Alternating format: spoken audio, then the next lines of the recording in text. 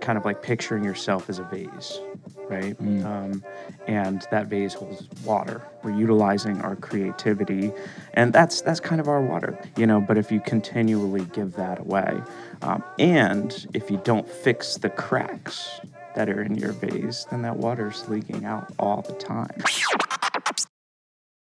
Mr. Borelli. Yes, sir. How Dude, are you? Thanks for coming in, bro. Absolutely. Thank you so much for having me, dude. I love these podcasts because I've only, hung out with you, maybe twice officially? I think officially twice. Yeah, we spent a weekend twice. together. Yeah, we did. One of them. It's very such romantic. A magical. It was a magical weekend.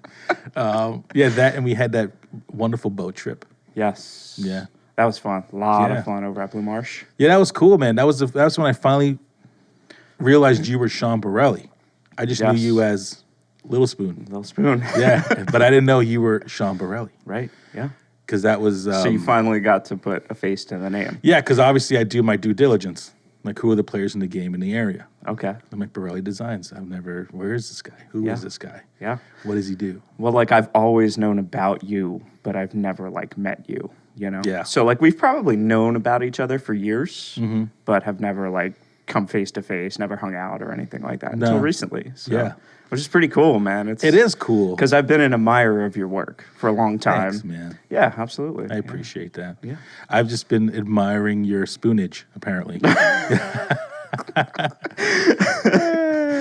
dude. That's great, man. I appreciate that. Yeah, because I was, what I've realized is, when you first start business, you're like, all right, who are the people I got to look out for? Who are the people you got to worry about, right?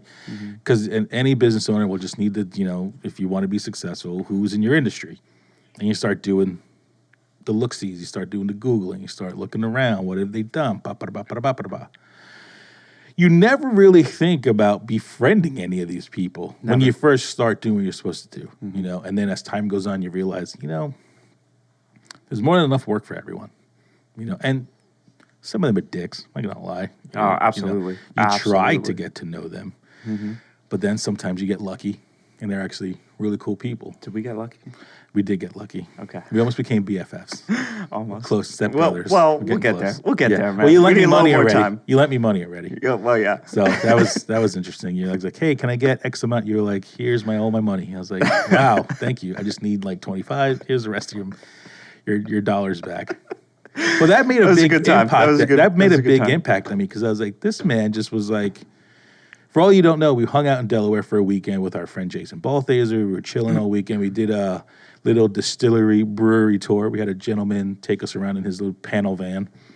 And, of course, at the end, they're like, yo, got to give this guy a tip. And tip him. Fortunately for me, I just don't carry cash like an idiot because, well, my whole business is online. Right. So I literally have to go to a bank and pull this crap out because I don't have a debit card because I'm cheap. Because I never used debit cards, and they were charging me $5 a month. For a debit card? Yes, to own a debit card. Who do you bank with? I won't say because I love them. Okay. Because they're my friends. But they were charging me $5 a month. And I was like, dude, come on, bro. So I was like, take this card back. I don't want it. I don't want the card. Yeah. Of course, right after I give this card back, you have no cash. I need like cash for this, cash for that. And I'm like, oh, what the hell? So I was like, hey, anybody got 25 bones? Or like, anybody got cash? And you were like, yep. He pulls out a wad of money, just hands it backwards. I'm like, thanks. The reason why it was great, though, is like, okay, this is only the second time you had no problem giving, not necessarily a stranger, but a new dude, like, here, take what you need. Yeah. Grabbed it. And then the second Shawn came in this morning, I was like, here's the $25. And you're like, what's this for? I totally forgot. I totally forgot, man. I loaned you that cash. Here's the thing, though. Like, I hang out with good people. So if you're hanging out with the good people that I hang out with, I know I can trust you. Yeah. Like, I know you're a good person, too. Absolutely. And that's it. That's all the validation I need. Yeah. And then we'll spend time together. And we'll learn about each other. And I'll get to know you, Freddie, a little bit better. But if you're in the group, dude, I know. If I know in the you're crew, good people. Sounds good. So yeah. It's the beginning of a beautiful relationship. It was. That's right here. Yeah. It's happening. Yeah. But yeah, so it was cool to realize who you were. And that was a great weekend. It was a We had cool lot weekend, of fun. man. Just Sarah's like birthday. hanging out, going to different breweries and stuff like that, not having to worry about driving. We had a Yes. DD, right? We had the party bus. Like we could do, whatever we want. We could hang out at the breweries as long as we wanted to. So it was definitely a good time. Yeah. And Adam, Adam. You met Adam on that trip too. He always said to me, you got to go through some shit with people to learn who they are, Absolutely. And I feel like we went through some shit that weekend. I think we did. Yeah, it's so true. You get to realize who you're hanging out with, good or bad. You get to realize, okay, maybe I don't want to hang out with that dude that much, but I want to hang out with this dude more. Yeah. Like, everybody was cool on the trip, but I also befriended Zach, not Trees, Hatfield Zach. Dano. There it is. Yeah, because you guys were all passed out, and it was just me and him, and we were talking because he does not partake in drinking, so he was up early, just like I was. I didn't get totally drunk. I just felt good, but we were both up early, and we had a great conversation, talking about all kinds of things, just chilling and vibing. And I was like, that's another cat I want to chill with. And, I love trips like that, the guys' trips, because you have moments like that, where everybody else is asleep. When we go camping or stuff like that, everybody is still in the tent in the morning, and you're just hanging out with one person, and you kind of get that one-on-one time, so you get to know those people on a different level. Yeah. And that's really cool, to me anyway. Like I feel like it's a necessity half the time. it is, absolutely. Yeah. Yeah, So- you got to get that. And you don't... Go ahead.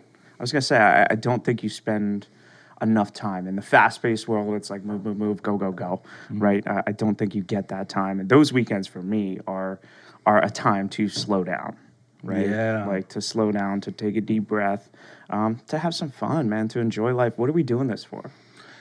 Well, that's the What are we magic doing this question, for? right? Yeah. What's the point? Yeah. What's the point of all this? But in that time, you get to know people a lot better, and that's super cool to me. So, I love it, and I needed a fresh set of faces, a fresh set of anything, because you do, you almost get so caught up in like the entrepreneurial world, where even though everybody has their own business, you're still like the same person. Yeah. You have the same gripes, the same complaints. It's like talking shop all the time. Even when you want to go out at night, you're still talking more shop. Yeah. Where you go away for these weekends with just totally different people that aren't small business owners. Like you might have a couple small business owners, but then you have dudes that don't work at all, or dudes that work for other people, or guys that are making transitions. And you realize there's still those other people out there, and they almost take you to a place where you get different points of view, and you're like, what? How are they handling certain things, or what are they doing? And for me, when it comes to marketing, I like to see people's opinions on anything, because those things will stick with me, when I have to make my own decisions for clients or whatever the case is. But see what happens. See, I'm already going back to work. You are. There it is. Yeah, let's pull you back out of that. Worst, bro. The worst. No, I mean, like a lot of us are business owners when we go on those trips and stuff like that, So I do like talking shop. I like getting different perspective from other people.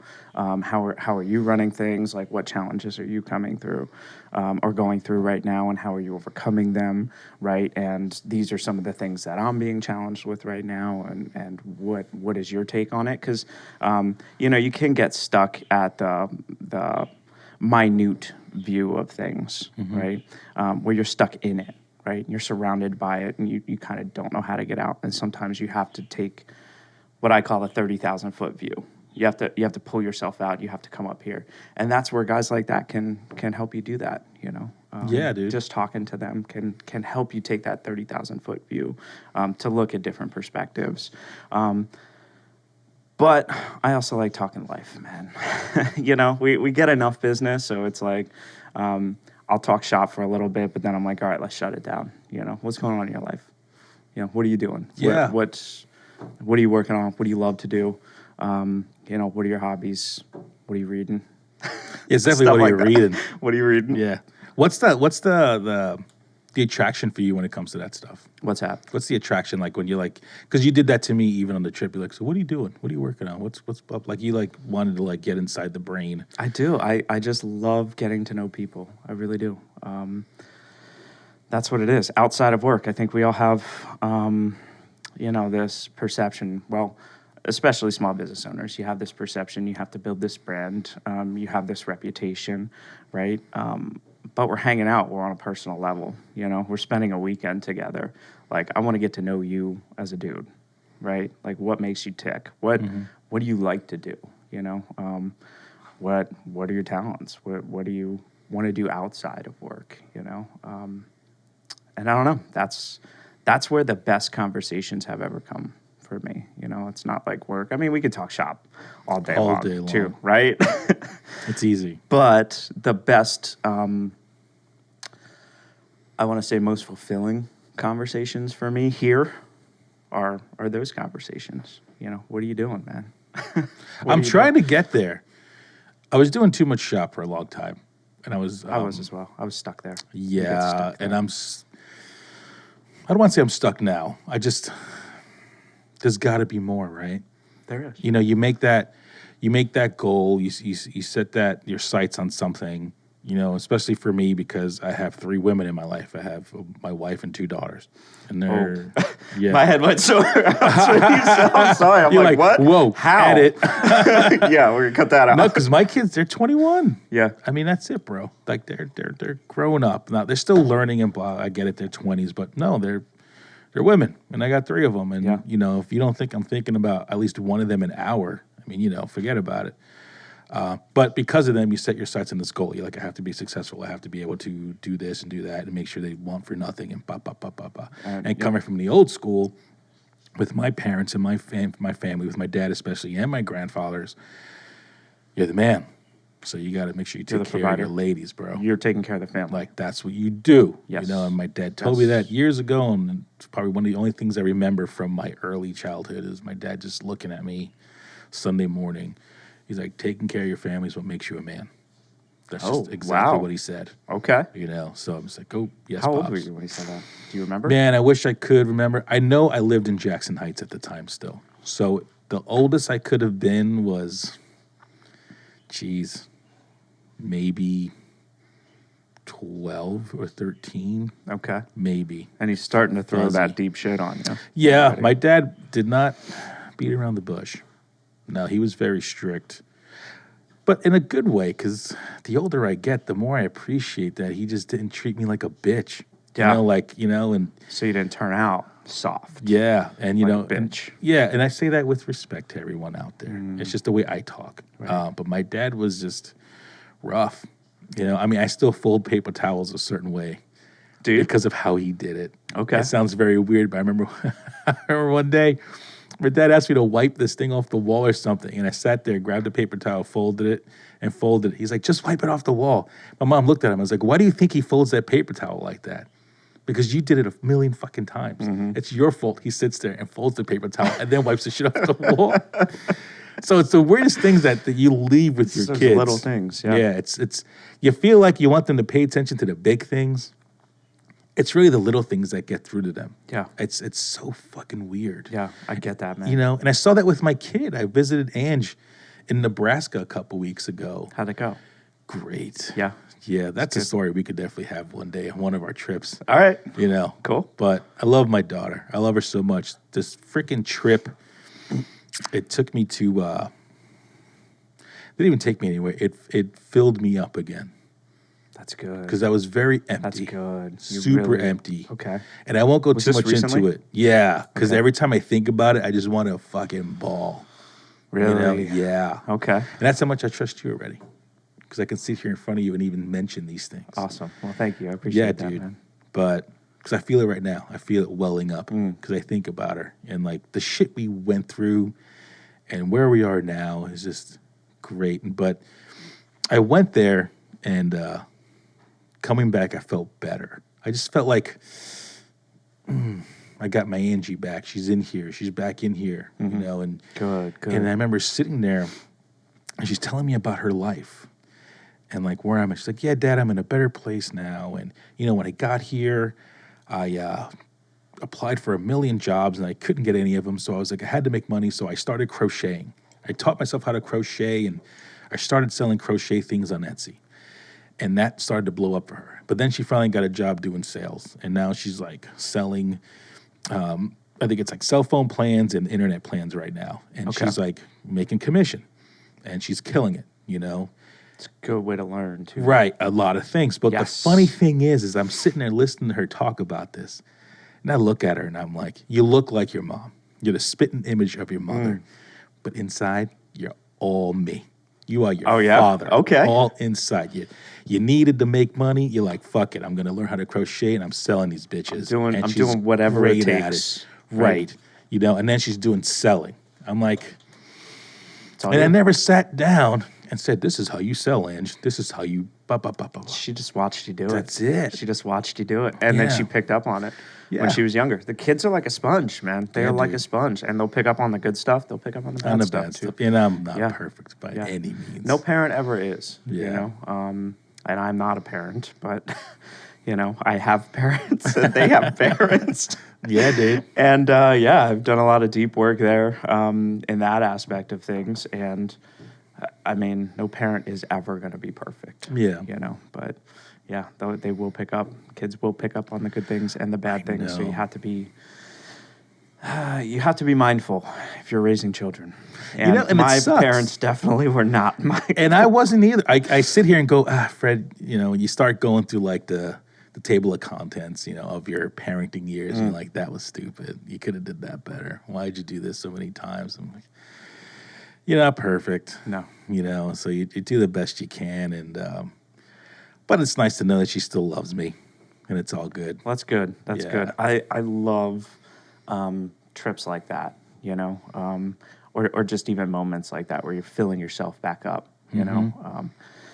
My therapist would talk to me about stuff like that early on. And she would say about kind of like picturing yourself as a vase, right? And that vase holds water, right, or any kind of liquid. Excuse me. And, you know, you have to fill that up all the time. You can't just give that away to everybody. And I think in what we do, we're giving that away all the time. We're utilizing our creativity, and that's kind of our water. That's like, I don't know what we're holding inside, right. You know, but if you continually give that away, and if you don't fix the cracks that are in your vase, then that water's leaking out all the time. And what happens when it runs out? You know, what happens when the vase is empty? I think that's burnout. It is burnout. That's like, that's it. Man, the burnout that happens. Yeah. Have you ever been close? Or it happened. When Ange left, I mean, I don't think it was. I think when Ange, no, I wouldn't say I burnt out or the vase was empty. I think what happened was the vase became empty and it could not fill itself up all the way. That was the crack. There was a crack. You're right. There you go. So there was a crack. That was a big crack. Huge crack. You know, to where it's affecting everything. Yeah. I didn't care for a few months. Last year into this year, I could give two shits. Bro, I gained like 50 pounds, which I'm still fucking dealing with. I depressed, fuck everything. I didn't care. Go to hell. Nothing mattered anymore. Yeah. You know, then you have to kick yourself out of it because you still have a wife and another daughter to think about. You have clients. I love my clients. But at the end of the day, you know, if I had to choose between the two, it's an easy question. Oh, of course. No brainer. Yeah. But yeah, clients, because you got to, you know. But you have people relying on you. That's the thing, right? You know? So, but that crack was huge. And you know what? At least I feel like right now we put Flex Seal on it. So it stopped leaking. Good. But we still got to, you know, make sure maybe we come back to it and make sure we're always trying to fill it or fix it and make sure it's always staying sealed. And there's ways to do that. But yeah, man, it was a big crack, but such a different feeling, bro. You know, because you go so many years, I guess, being a parent and you have your children always there. Because even if you screw up, they're still there. Yeah. Now, when you screw up, they're just like, it could be as easy as "fuck you, Dad." And Right, they're because out. they can make their own choices now, Yeah. right? They're adults know, themselves, and it happens. So yeah, And that's what happened, and but it's all good. yeah. Well, that's good. I'm really glad to hear you got that time to reconnect with her. Yeah, it's so important, that stuff. It is absolutely. You Yeah. know. So, But Shawn, Freddie, you've got questions. I got answers. I know, dude. Like, so are you born and bred? Or are you imported? What's your deal? Yeah, yeah. I was born here in good old Reading, Pennsylvania. I grew up in like Sinking Spring for the first, I want to say 11 years of my life with my mom and stepdad, and then moved in with my dad. And we moved around a lot. We were down here in West Reading for a little bit, and then we moved up to Wernersville, which is where I graduated from high school in Conner-Weiser. So, yeah, always been around. I did, after college, I moved out to California for a year, spent some time out there. I lived in Oceanside with my roommate at the time, Charlie. He was an awesome dude, really cool dude. We surfed every single day out there. I got a taste of the Cali life, slow things down. You've been on the West Coast? Yeah, we chill. Okay. So you know. Yeah. We are so close to New York here that we are almost New York mentality. We're not as fast as New York, but we're very close to go, move. Yeah, I see it, and I see it growing a lot more lately. Do you really? Yeah, because if I go to New York now, it's still different. Like I'll go in there and I see like the hustle bustle, the quickness. Yes. That was one of the. I guess that was one of the.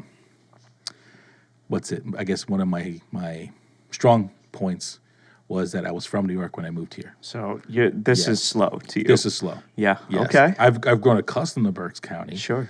But the hustle, the willpower, I got here. I was like, this is easy. Just because it was slow. That's cool. Yeah, but I love it here because it was slow. Yes. Because you get so high strung. Yes. In New York. Absolutely. Oh, man. And it's easy to get that around here as well.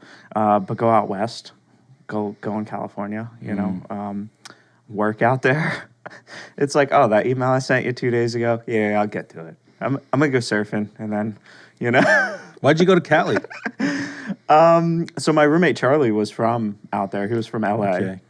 So he said between my senior year, he said, do you want to go out to California for the summer? And I was like, yeah, absolutely. What? No questions asked. Yes, we're going.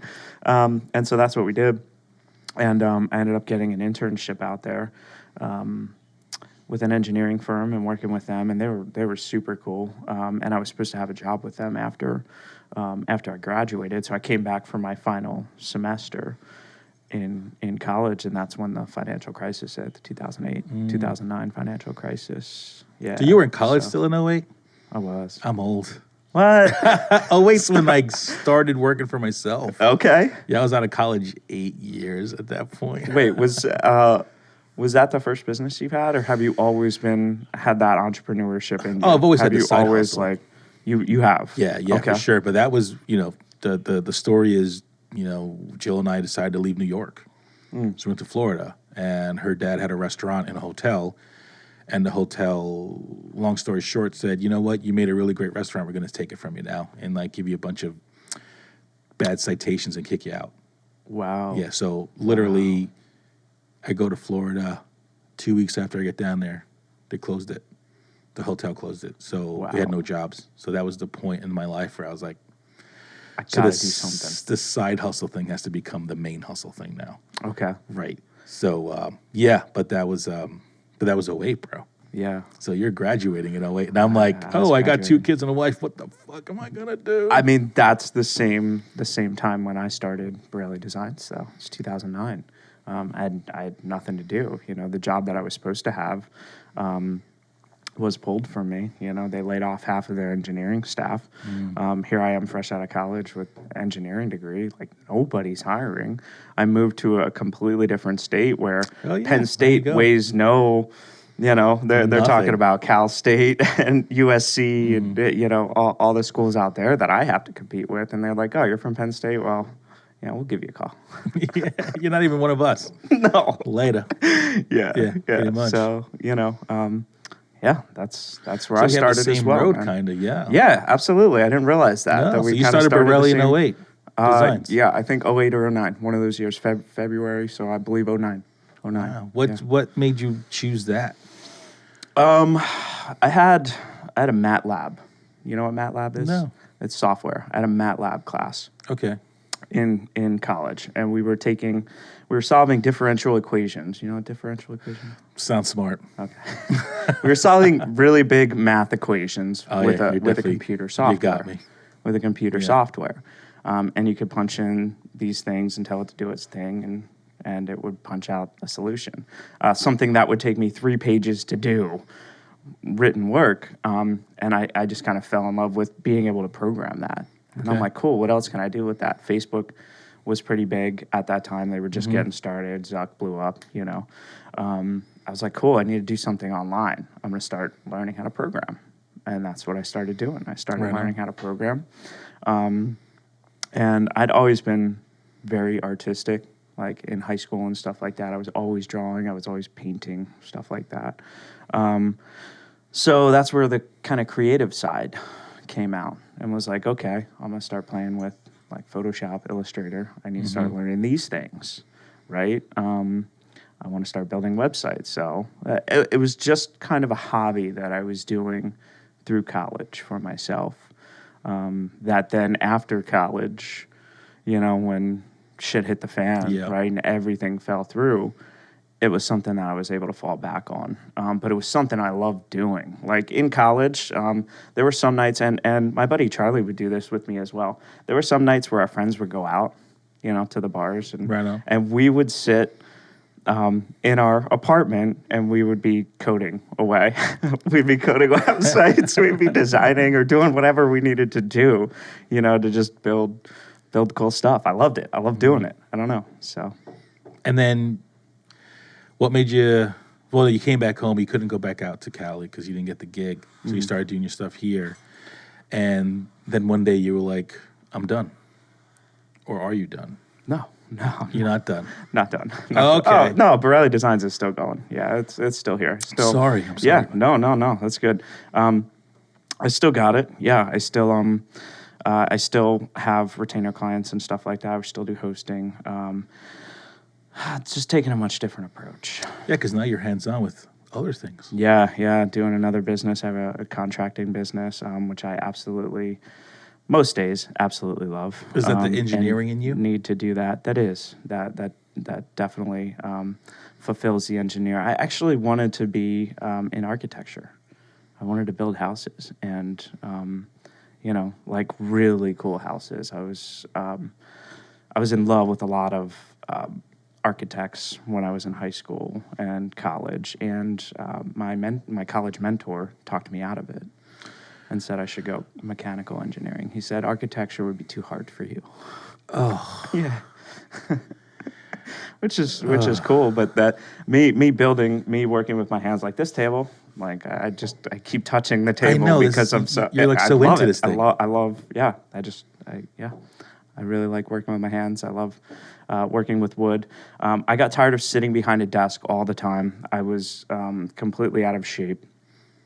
I wasn't taking care of myself, and I did reach burnout. And I was very angry. I was very frustrated. I wasn't doing my best work. I was just pushing out work to have to push out work. And I just didn't. I knew there was something more. I knew there was something more to business than almost feeling like you were locked in a prison. Is the best way I can describe it. feels like I'm talking to a mirror. Wow. Yeah. It's Okay. like, you get to that point where you're just like, dude, all I do is sit behind this desk and I'm in this building and 12-hour days. How do you the nights, the weekends? God. People don't really get what really goes into what we do, But Oh, yeah. but you get it, and that's what's so cool. Like we can talk about that stuff. So how many times have you been on a vacation sitting by a pool or doing something and you get a client that calls or emails and says, I need this fixed right now? And how many times do you have to drop something and run off, leave your family, sit behind that computer and fix something, or leave your vacation, or, go away from that pool, and nobody's going to die. No. Like their building's not going to burn down, if the website's down for a few hours or whatever, Well, but they don't like that.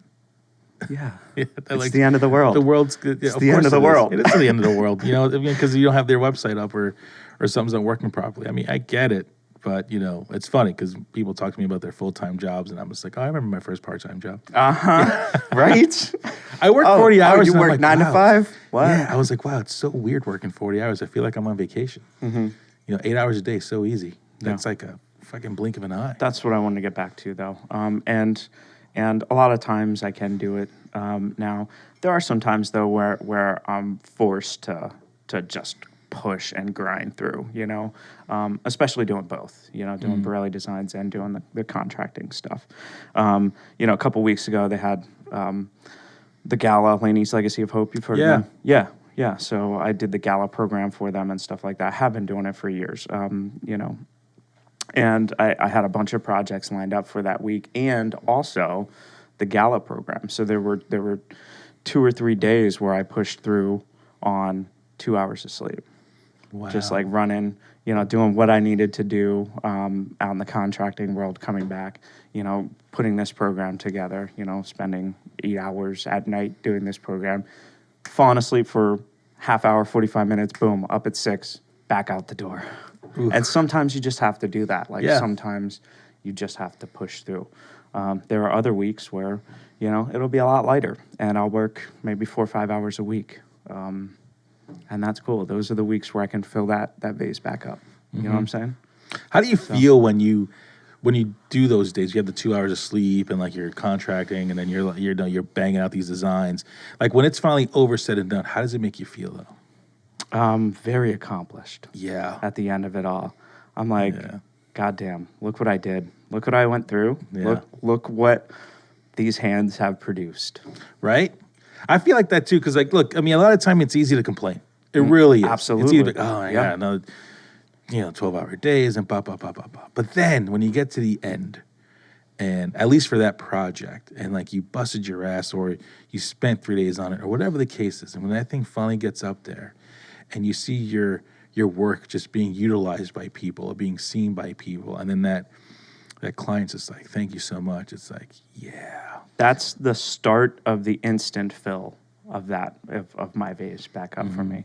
And it's crazy because I'll be ridiculously exhausted up until that point. And then when I get to that point, it's like, I want to dance around in my house, dude. I want to turn on some music and just be like, yes, I've got all this crazy, insane energy. Where is this coming from? I haven't slept in 2 days, but this feels pretty damn good. Yeah, and it drives me to do more. It drives me to realize why I even did this in the first place. And competition will do that to me too. Really? When I see people, thinking they know what they're doing, that fire, that gives you spark, a drive. That gives you more of a drive. Man, okay. You get that that person that just when they sit there and they just jump in. And they're like, oh, I do this now. And I bought a book on WordPress, and now I can pick it up. Yeah. Is that what you're talking about? No, because if you bought a book and did it, fine. Because that's what I did. I didn't go to school for any of this stuff. Well, neither did I. Yeah, so. But it's just like one of those things where it's, had a situation where a client comes up to me, and they're like, hey, a couple weeks ago, person number X told me we should go to this company because of the price difference, right? FX fee is X amount, and this company is X amount. And, the price difference was pretty vast, where like my monthly bill is 3 digits, theirs is 2 digits,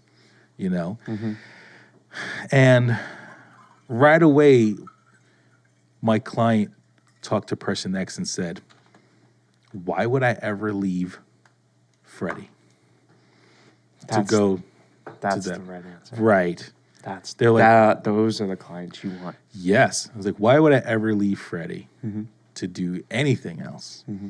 He's always had my back, you know? And I just thought to myself, like, that one instance is just like, fuck yeah. Now I'm Absolutely. like back in it.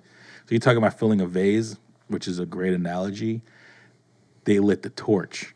Yes. Yeah, they were just like, they threw like fluid on it and threw that match in. It was like, you know, and that was the beginning of like even me talking to McCookie. I was like, McCookie, I'm fucking done. Yeah. We're going. So how can you help me? And I even got even crazy, and I was like, maybe I regret it, maybe I don't. But I looked at McCookie too, and I was like, and McCookie, I could have went to anybody else. I went to you. And I want you to not make me regret this decision. Because he's your guy. Yeah. It's because he's your guy. He's my guy. Yeah. He's my guy. But and my wife was like, you shouldn't have said that. I'm like, maybe I shouldn't have. But I didn't say it in Heat of the malice. moment. I said You're it feeling in very passionate about it. right. But it wasn't in malice. It was in like, you're the fucking guy. You are my guy. Right. Are you gonna fucking take me to this place? You know, I want you to take me to this place. You know, and I had to just put it in him. So maybe the fire went a little bit into his heart. I got it. You know, just because now I'm like, fuck everyone. I'm just like, had it. You know, I'm like, fuck everybody. It's fucking time to go. Yeah. You know, let's go. Yeah. And that's where I'm fucking going, dude. I love it. I love it. I love that fire. I Yeah. love that energy. I feel it sitting Yeah, across the dude. table for me right now. It's crazy. Which is really, really cool. But here's the thing, like people who feel valued will do 10 times more than someone who doesn't feel valued. Absolutely. So those are the clients you want to work with. Those are the clients you want to focus on. The ones who do value you, because the ones who don't do that, who are just, you know, price shopping and it's all about, you know, bottom line and numbers and you don't mean shit to them. Those are the ones that are going to drain that. Yeah, and we had that too. You know? Yeah. You know, because we did a recent price increase. It was necessary. Haven't raised You my have prices. to. Prices have increased everywhere. You know, our gas prices are more expensive. Oh, my God. Food is more expensive. You know, your grocery bill is now twice what it used to be last year or 2 years ago, you know? So everything has to go up. Everything. Yeah. So we did that. And we we're starting to learn who our valued clients are. Good. You know, and you know what's crazy is you think you know, you never know. You never know. I don't care how good you are. Yeah. No, not at all. They will surprise you. Yeah, I don't know how many times I could tell you, Freddie, that I have been surprised, you know, by those type of people. yeah, because there's clients that I thought would be like Fred. Ride or die. Hey, man, I can't. Nope. They didn't even think about it. They didn't question anything. They didn't call me, comment. They just sent the new check in. And they're coming in, no problem. And then you got the people that you think are like hardcore you and love you to death, and they'll sit there and fucking hug you and all that bullshit. And then tear your ass And apart. they're just like, yeah, no. And then you just sit there going, really? Yeah. Like fucking After really, all that? man? After all that? Yeah, dude. And they do Yeah. it. They do it all the time. Yeah. You know, and I wish I used I to take could that not take shit it personal. really. I was just gonna say that. I wish I My could. God, yeah. I used to take that shit very personal, dude. And it fueled a lot of anger in my life Yeah. for a long time, you know. And that's what stole the love of building websites from me. Was that right there, you know? As I used to take that shit personally. Yeah. And now I can't anymore. Now, number one, I have to realize the people that I want to work with, and the people that the businesses that I want to help grow, and the people that I want to invest my time and energy in. Those people that do value me, you know. And yeah, just focus on them, I guess, you know. And I can't let that anger drive you. You know what I mean? So to deal with that anger, what are you going to do with that anger? How are you going to work through that anger? You know? And yeah, there's a lot of ways that I have done that, which has been amazing for me. You know, but yeah, you do your worst work out of anger and Oh frustration. my God, right? yeah. Versus your best work when you're in that creative mindset, when you're loving life, when your vase is full kind of thing. You can pump out the most amazing work. I don't know how many times I've surprised myself. Yes. At the end of that grind, at the end of that 2-day grind or whatever, you stand back and you're like, whoa, where the fuck did this come from? But I love it. Yeah.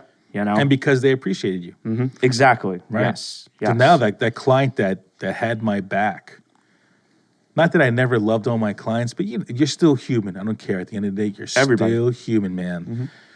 Some people get a little extra. And when they told me that story, I was like, I fucking love you. And whatever you need. You got my back, I got your back. I got you. Mm-hmm. Like, don't even fret. Let's go. Yeah. Let's go. That's it, dude. And then the other people? Well, my problem was that's how I treated everybody. I was like, I've got your back, let's go. Ride or die, I don't care. And that is a problem after a while. That drained me. That drained the shit out of me. Yeah, you have to be careful with that. And that led me to burnout, for sure. Yeah, I was getting to that. I got to that point, burnout, because I worried about everybody else. And then the real crazy burnout happened when I got back from Ange. Like that Monday, because I literally went 6 weeks where it was 5 days of work or 4 days of work, but 3 days of travel, which I know you're thinking, well, travel's great. It is, but it's traveling will kill you. Yeah. Yeah. So it was 6 weeks straight. And that Monday, I came into the office. I literally did like a 9 to 5. Went home and crashed on the couch for 2 days. Oh, wow. Yeah. I was like just blah. Yeah. It was crazy how your body will actually go, you know what? I've been trying to tell you, go fuck yourself. Yeah. It just turns I give up. Yeah, man. But it was one of those things where I was just like, all right, it sucked, but then I think the vase, when I realized where I came from, talking to Ange, I text her every day, we're always talking, and it's okay, it's starting to come back. That's so cool to hear. Yeah, it's crazy how kids will alter your being, I can imagine. Yeah. It's just, wow. Yeah. I think there's some deeper conversations for you and I there. Oh, yeah. We can go forever. Yeah. Right. I mean, you have like 12 hours. Do we need another weekend? Yeah, Let's go. Yeah, dude. Let's go. It gets crazy. But yeah, man. I mean, the whole client thing and working thing and what's the whole point and everything. It's starting to calculate for me in my head. I'm starting to do things differently. I'm starting to prioritize myself, a lot of days. And I always feel like I think by doing that, I'm going to even lose more clients. It's okay. Right. It is okay. Okay. Yeah, it's just like, you know what? And people who do not value me or people who do not want to deal with it or whatever the reasoning is, let them go. You might be angry about it. You might be sad about it. I always get more sad than angry when it comes to that because even though it's business, I still remember what Michael Scott said in The Office, when somebody was like, it's business, not personal. And he turns around and goes, business is personal. It's some of the most personal things you can do with a person. And I'm like, it's true. It is. Because you're talking about somebody's baby and you're trying to take care of somebody's baby. Exactly. Trying to help. So it is personal in a way. Yeah, what we do is personal. Yeah, for sure. Especially what we do. And that's why I took it very personally. Right. You get it. Exactly. So you get sad. I don't get angry. I get sad because it's like the end of a relationship. It's like breaking up, essentially. It's not just for couples. Okay. It is. That's actually a great way to describe it. It is like a breakup. It's a breakup. And yeah. Yeah, and it sucks. It does. Then you start, and then when you see each other in public, it's weird. It is so weird. Or you're at an event, you're at a fundraiser. Like you're gonna have to see these people again, and it's those awkward moments. Yeah. It's like it always happens. Yeah, it does. It's just like that. You're like, oh, how you been? How's it going? It's nice to see you, and then you walk away. Yeah, I do not like that at all, man. But that's a great way to describe it. Yeah, dude, for sure. And I learned a lot of that from this book called. What's it? The Pumpkin Patch or the Pumpkin Plan. Okay. Yeah, if you don't know about it, get on that, bro. What is it called? I think it's a Pumpkin Plan. My buddy Jim Holler told me about it a long time ago. And then my kid, Angie, brought it up again to me. She's like, Dad, you really got to read this book, Dad. It's about clients and work procedures and how you set your businesses up and stuff like that. And essentially what it says in a very short summary is like, you have a farmer and they always grow those big ass pumpkins, right? But the only way they build those big ass pumpkins is by taking all the other pumpkins off the same vine. Right. They find the one thing that's so you great. feed that one great thing with all of the nutrition versus trying to feed 10 different pumpkins. Exactly. Wow. So a lot of sense. Yeah, I know. I remember Jim telling me that years ago. Jim Heller, shout out. And and that's when I started calling it tacos, though. I was like, I just want to build tacos, man. I just want to serve tacos. And he's like, what? I'm like, websites. Because when I started, I was always like, oh, I can provide your company with you name it, I can do it. If it's digital and it's online, I got you. You get to a point where it's like, bro, like you're literally doing all these things. What can you do well? Yeah. And when you go back to a food truck, you know, like New York City food trucks, they're not all serving a million things. There's a taco truck. They have great tacos. Right, but it's like tacos. Or there's an empanada truck. It's just empanadas. Like, that's what they do. They don't do anything else, but they're the best freaking tacos you're ever going to have in your life. And I was like, you know what? I need to just sell tacos. Yeah. And they're websites for me. And I need to be like the motherfucker when it comes to websites. You want to do social media? Knock yourself out. Yeah. You want to do even graphic design? Knock yourself out. Yeah. Websites, I'm the guy. You know, and that's where I needed to focus all my nutrients, all the nutrition had to go to that pumpkin. You know, and that's what the pumpkin plan essentially helps you with, and a bunch of other things. It's a great book. But yeah, I mean, that's just, you know, where I went, and that's where I had to go. And, you know, it's helped me. I'm not done with the book yet, but it definitely took me to another place. And it takes courage to do that.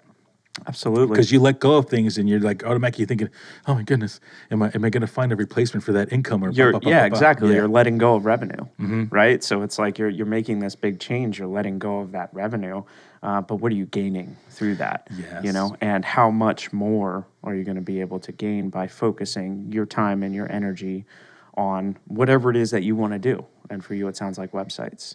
Yeah, I mean, that's what I want to do. And now I've taken to the next step of that pumpkin plan. And that's to eliminate the clients that do not want to hang out with me, you know. And I just want to have the clients that really love me and value what I do and understand why I do it. If I can get a bunch of those, and you know what's crazy? You don't need a bunch of those. You don't need a bunch. You need a handful. A few. You need a handful. That's it. And that's it. You know, and core health is one of them. It's crazy that we're like on the same path. Exactly. But we it's never the same knew that thing. we're on the same yeah, path. Same path, bro. I mean, that just makes total sense, you know? And when you can accomplish that, that's when you have your weekends to yourself. That's when you can probably literally do the 9 to 5 unless special circumstances come around. You know, that's essentially what I want to do. I'd rather just work normal hours and do more of this. Like, this is fun for me. This is not work. Right. This is my break from the monotonous work that I do. Right. Pulls you away from the computer. Yeah, and it just have great conversations with people and you promote it. And what's funny is that eventually these things lead to, you know, more work that might be on a path of where you want to be at. Yeah, because if you think just doing websites and showing people you know how to do websites is all you need to do, no, that's not it. Right. You know, the fact that you do podcasts and people learn more about you, they realize you're a cool person, right? Exactly, yes. You know, I want to work with that dude because he's just a cool cat, you know, and I've gained more work doing that than anything else. Yeah. Just being a cool cat. And I love that about you. I love the fact that you are you and you can be you unapologetically. Thanks, and man. Yeah, online, on your social media. Unapologetically because I don't post everything. Yeah. Yeah, we won't talk about all that I'm stuff. I'm not stupid. Not stupid. No. But I love it, man. I love the fact that you're just you and you've built a brand around who you are and you're so confident in you. Thanks, dude. That it. it's just a really super cool thing, man. It's something that I really greatly admire about you and have admired about you for years, even before I met you. Thanks, man. So yeah. But I feel like sometimes that's where you put yourself in a corner. Yeah. Well, because why do you say that? Because here's the thing, right? So the end goal is you want to sell your business, you want to make money off of it, or you want to, whatever the case is, so you can retire because you built this thing of whatever it's called, whatever it is that you want to build. Will you ever retire? Retire? Yeah, I'll retire from this. Okay. From the working every day, the building websites and stuff. I want to retire from that. I'll do something else. Yeah. But of course, like my man Dom's always telling me, he's like, well, dude, because people think about retirement. Where's my 401k at? Bah, bah, bah, bah, bah. He's like, dude, you're sitting in it. You are. You're sitting in your 401k. You're building it right now. Right. But that's where my fear comes from. It's like, okay, and I tell I'm going to manifest this. 50, I am done at 50 with the everyday. I remember you saying that. Yes. Yeah. How do you sell something that relies heavily on you, me? See what I mean? So, yes. And I still have time to fix that. And I'm building a team now. I got this great dude working for me right now, Will Suriel. He's a great dude. We're going to bring him on officially in December. Like, I'm so confident in all. Awesome. Congratulations, man. Thank I know you were talking about that, trying to find a good person. And you know what? And that's hard. I'm hiring a good person. He does not do everything I need him to do. But you can teach that. Yes. You cannot teach you can't. Yep, you can't teach people how to be good people. So I want you on the team. We'll get to that part afterwards. Yeah. So you start with that one piece, and then we'll build on that. But that's the hurdle now.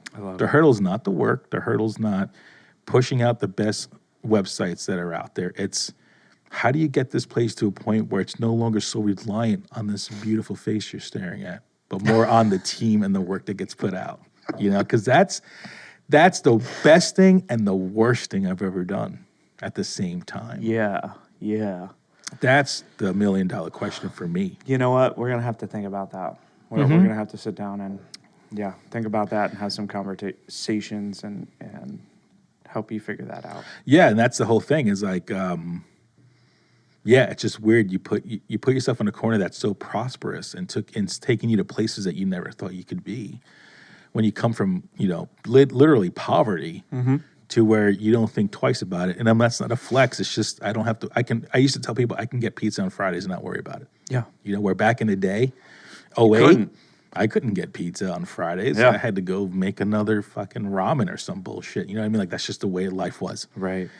So, it's great to be able to be like that. I never wanted to be rich. I just wanted to be able to order pizza on Fridays. You wanted to be okay. You wanted to be able to live your life comfortably. That's right? all I need. Yeah.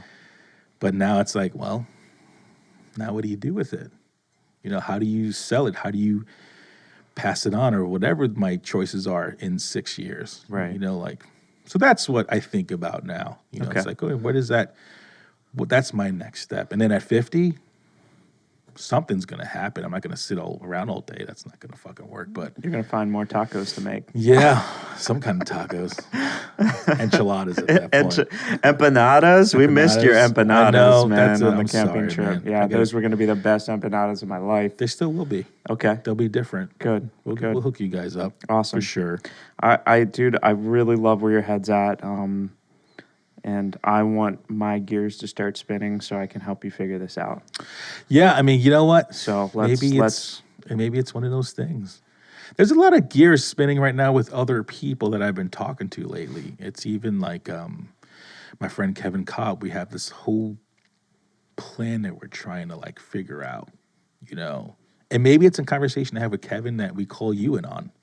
Because I didn't know that you were still doing the Borelli designs. I thought you were like, you know what, that chapter was closed, and I wanted to go do more of the contracting. I did not know because, again, this is only the third time we've hung out. Right. This is only the third time period that we've hung out, and this is maybe the only first super conversation we've ever had. Yeah.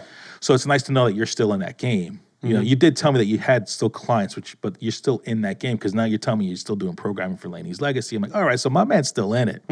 You're just doing other things. That's all. Yeah. So I'm shifting gears with Borelli Designs. I really want to focus more on marketing and business development, man. It was all about cranking out websites, and that was my passion. And over the years, dealing with a lot of the stuff that I dealt with, it just But you know what's really fucking sucked crazy? The life out of me, man. It really. But here's what's crazy. Okay. Go. Fuck, man. Let me tell you some shit right now, bro. Kevin Cobb. You know Kevin Cobb? Sounds familiar. Yes. That name he's sounds in construction. very familiar. Okay. Okay. And he works with guys that are rehabbing. Okay. He owns Soul Recovery Academy, but he has Soul Constructors. And he uses dudes, he gives them a second chance, but he teaches them trades. It's a great story. He comes up to me, he's like, Freddie, we need to do this. I'm like, that sounds really good. Because he's talking about leadership, how to, build a great team, how to create success in a specific industry, right? That you're kind of in now. Okay. And you're sitting here going, I want to change direction and go into more business development. Interesting. We have Mr. Team Builder, business development, and the guy who still likes building tacos and likes to do maybe more marketing still. I'm still good at the marketing. So you have coaching, building, business development, marketing development. Funny how fucking life works. Are things starting to come together for you? You see what I mean? I see exactly because what you mean. You manifest things. Mm-hmm. Absolutely. Like Absolutely. what? Like let's be honest. Like okay, I bet you cool guy. Why the fuck would I ask you to be on a podcast? Like just in black and white terms. Why would I say, Shawn, come on my podcast? Why would I make you the first guest on my new revamped podcast in this beautiful studio McCookie set up for us? There's Why one would you reason. be the fucking guy? We have to build stuff together. Right. That's it. And it just hit me 2 minutes Right ago. now, yeah. I'm like, fuck. Kevin Construction. Shawn Construction. Yeah, I've been thinking about that for the past couple of days. Like, honestly, even before that trip, dude. Like, what do I build with Freddie? Because he has really cool. He's just putting out a lot of really cool stuff. I've always admired his work. That's the one big change in my mindset when it comes to business now versus 2, 3, 4 years ago. Is you were talking about competition earlier. Mm-hmm. Everybody was competition in my eyes, and this would never have happened. The old me, I would never be sitting at this table across from you, the old me. What I learned in the biggest change in my mindset when it comes to business is one word: syndication. You have to work with other people. There's no way around it, right? It was always about, when I was building the business, it was always about me. It was always about, I need to do this by myself. I need to build this, and I'm going to take everybody. I'm driving down this road, and I'm picking out all the businesses, and I'm like, they need a website, they need a website, they need a website. I need all of them, right? And anybody that's doing websites in this industry, they're my competition. Mm-hmm. Now, definitely has changed. Mindset has definitely changed. Who do I want to work with on this street? Is there anybody on this street that I want to work with? But who do I want to work with to build stuff together? Because you can only go so far working by yourself, right? I've learned that. You can exponentially grow when you start to work together with other people. So, Freddie, the question of today is, what are we going to build? It's like Joey Diaz says. You know Joey Diaz, the comedian? No, I'm not familiar with him. There's one quick little snippet of him when he's doing a piece of stand-up. He's like, you need 2 or 3 solid motherfuckers to take over the world. You don't need an army. He's like, you just need 2 or 3 down the fucking hardcore motherfuckers, and you'll take over the planet. I love that. And I'm like, God, that's just so true. Mm-hmm. That's just so true. It's about the team. It's about, having the right partners or creating the right team, because you will go exponentially farther in life and a hell of a lot quicker, right? We're all out here like trying to get ours, right? Mm-hmm. What's mine? I want to provide for my family. I want to support my family. You can get there so much faster by helping each other out versus just working by yourself. Yep. And you get there so much faster together. Yep. That's syndication, man. And I learned that in real estate, investing in real estate, specifically April Crosley, I know her. Crosley. I don't know. I mean, I'm not friends with her, but I know of her, yeah. I'm really good friends with her son, Alex Smith. I've been doing a lot of work with him. And we've got some stuff that we've been talking about doing together business-wise. But they've been able to buy insane properties and insane real estate, because of their syndications, because of working together with other investors, right? Where they were just building their real estate portfolio and however many properties they have. Once they started working with other partners, they doubled and possibly tripled. I don't know if that's... They probably did, though. But they picked up so many more properties so much quicker, you know. It's just exponential growth. And when you see it, then you realize it, then you know. Shawn. Good stuff, bro. What a great podcast, dude. Good stuff, yeah. Wow. Yeah. There's, fucking the universe delivers. Manifestation is such a thing. Always does. It is, man. It is. You know, what you think about, what you put your mind to. Yeah, it's insane what the universe will bring to you. And there are some dark times, right? There are some times where you feel like your vase is empty, and but that's why the lose a little bit great of hope. times are worth so much more. Exactly. Yeah, absolutely. That's why you just that little fuzzy feeling. You got the grin, dude. It's grin, like you have to start spending time with that people that give you that feeling, that supercharge you. I don't know. That's the only way I can. It's so true. Don't spend time with people who drain your energy. Honestly, I did that for years and years and years, and there's. I did that when I went home. Okay. I would go home to Long Island, and everybody's like, let's hang out. Family and old friends. Yeah, you quickly realize you're just not on my wavelength anymore. Mm-hmm. And it's not like a diss. It's just you grow into different directions. Right. Where there's times where I go home and I don't want to see anybody but maybe two friends. Yeah. And then come back because maybe I need that part of my vase filled up.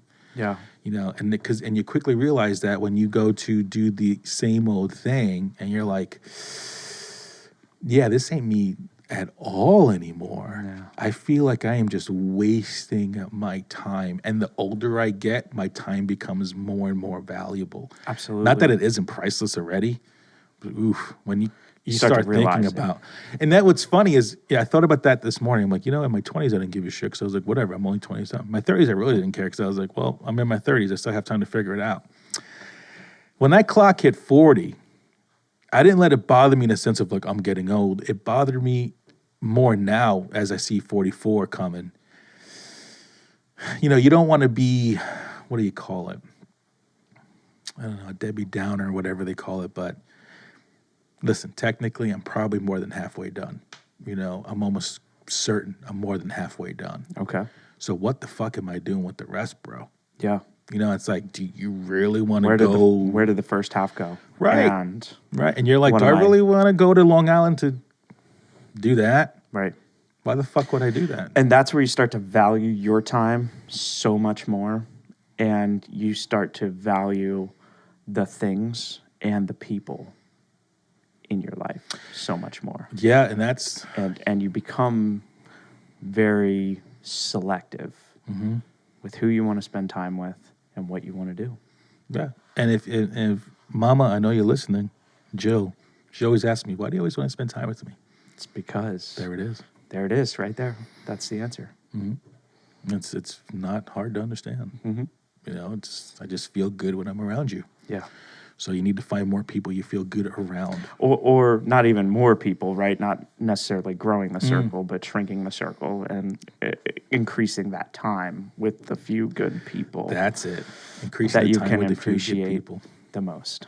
So, Mr. Borelli, you're full of them. Borelli-isms. Shawn-isms. Okay, I'll take it. Thank you. Thanks for coming in, bro. Absolutely. This is only the first of many. Good. We're gonna fucking do something crazy. I love it. I don't know what it is, but I kind of have an idea, but we're gonna figure it out. Okay. Awesome. All right, brother. And is there anything we should be promoting for you? Not right now, but whatever you and I do together or whatever we're gonna build is what we're gonna promote next. And they're gonna know.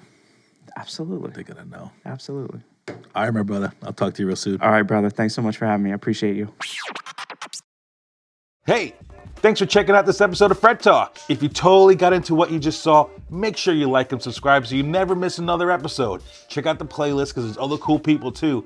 And if you can't watch all the time, check it out on any podcast outlet. Don't forget, your Uncle Freddie loves you. Peace.